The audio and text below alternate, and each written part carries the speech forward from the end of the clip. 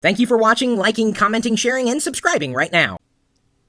I am known by many nicknames on the web. Really started with my original handle, The Locker Gnome. Those 3 words. And I needed to choose that handle way back when, in 1992, when I first got on to the internet and logged into a BBS called Iska, and haven't logged in there in ages. I think I lost my account due to inactivity. But I had to choose a handle, and I chose my high school nickname, The Locker Gnome. And as time went on, I, of course, changed that. It morphed. I needed a name for a website, and I was surprised. LockerGnome.com wasn't taken back in, what was it, 1996, 97. So I go by the handle Locker Gnome. Sometimes just the word Locker Gnome, as I'm known on YouTube. Sometimes I use the handle L0CKERGN0ME. If I want to be elite.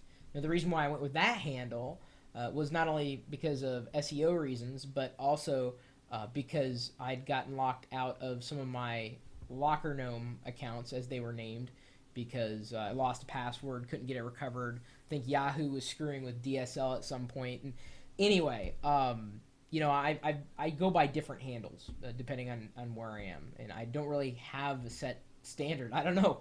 Some people do, and that's fine. I chose something that I was hoping nobody would pick.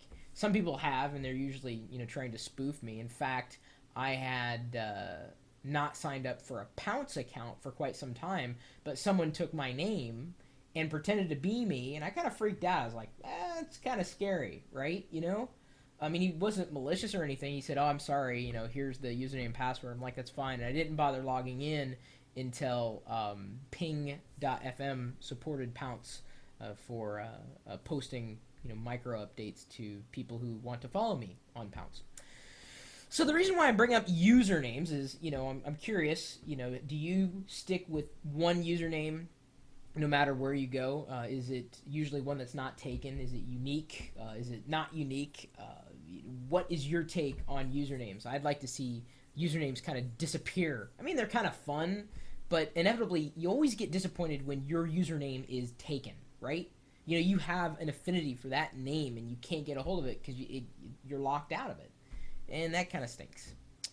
So, one way to find out if your username is taken on any given network that's out there, if you're, serious about making sure your username is covered, I'm not. It's not as big a deal for me. Some people have, tried to squat on my username.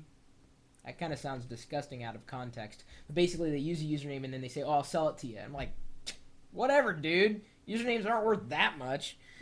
If you head over to this website, usernamecheck.com, I found out about this in the goodies room on FriendFeed earlier today when I was looking for topics to cover in tonight's videos. And someone has a great eye for finding websites. I mean, an amazing eye for software. And, I'm finding a lot of resources there on friendfeed.com. And go ahead and friend me over there if you haven't already. And I've now got a plugin for my blog at chris.perlo.com that will allow you to comment on my blog post from FriendFeed or vice versa, and the comments get posted in both places. It's kind of cool. Bidirectional commenting. That's the way comments should be, in my opinion. Anyway, head over to usernamecheck.com. You type in where is blank registered, and the blank, you fill in the blank, your username that you want. And then if I zoom in, and hopefully get too close here, they'll list off the websites, the name of the websites, and then tell you if that username is available or not. So what I checked for 12 seconds is available. I don't get the point of 12 seconds. Blogger, it's taken. Bright Kite, available.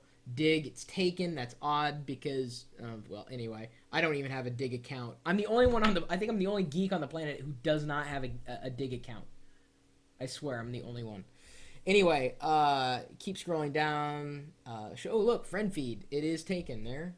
Identica, I like, Last.fm, LinkedIn. List kind of goes on and on and on and on and on. So, if you want to make sure that your username is covered, well, then this is, not exactly a comprehensive list, but, you better make sure before it's too late and someone grabs it if you really, really, really want a username. Or, let's say you know that someone always goes by a certain username. this is the easy way to check whether or not they may be registered at a destination. One of these destinations listed here, including Pandora, Mix, MySpace, Magnolia. Oh, there's Pounce, Stumble Upon, TinyURL. I didn't know TinyURL had usernames. Vimeo, YouTube, Zoomer, etc. Okay, so there's the list, and I'm sure that's going to grow over time.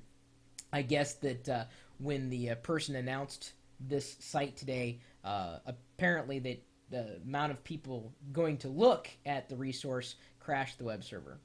And see, this is why, see the unidentified people that are, coming through chat here? That's one of the reasons why people usually go with usernames, unless of course the username that you decided to go with is unidentified 28273. In which case, wow, you are a small person. Much like me, because I've got nothing else better to do at 1 in the morning than to talk about where you can find out if your username is taken. My email address is chris@pirillo.com.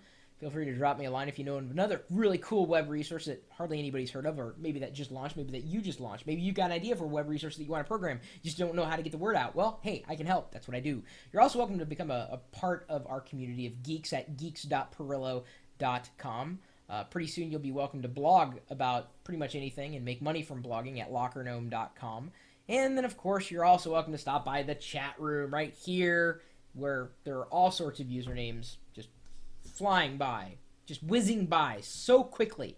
And it's open all the time. This chat room, this video feed, it's always going, constantly. I love doing live video, and hopefully you enjoy the experience as well. But you're more than welcome to stop by and say hello. And even if I'm not paying attention, trust me, there are plenty of people in here who are.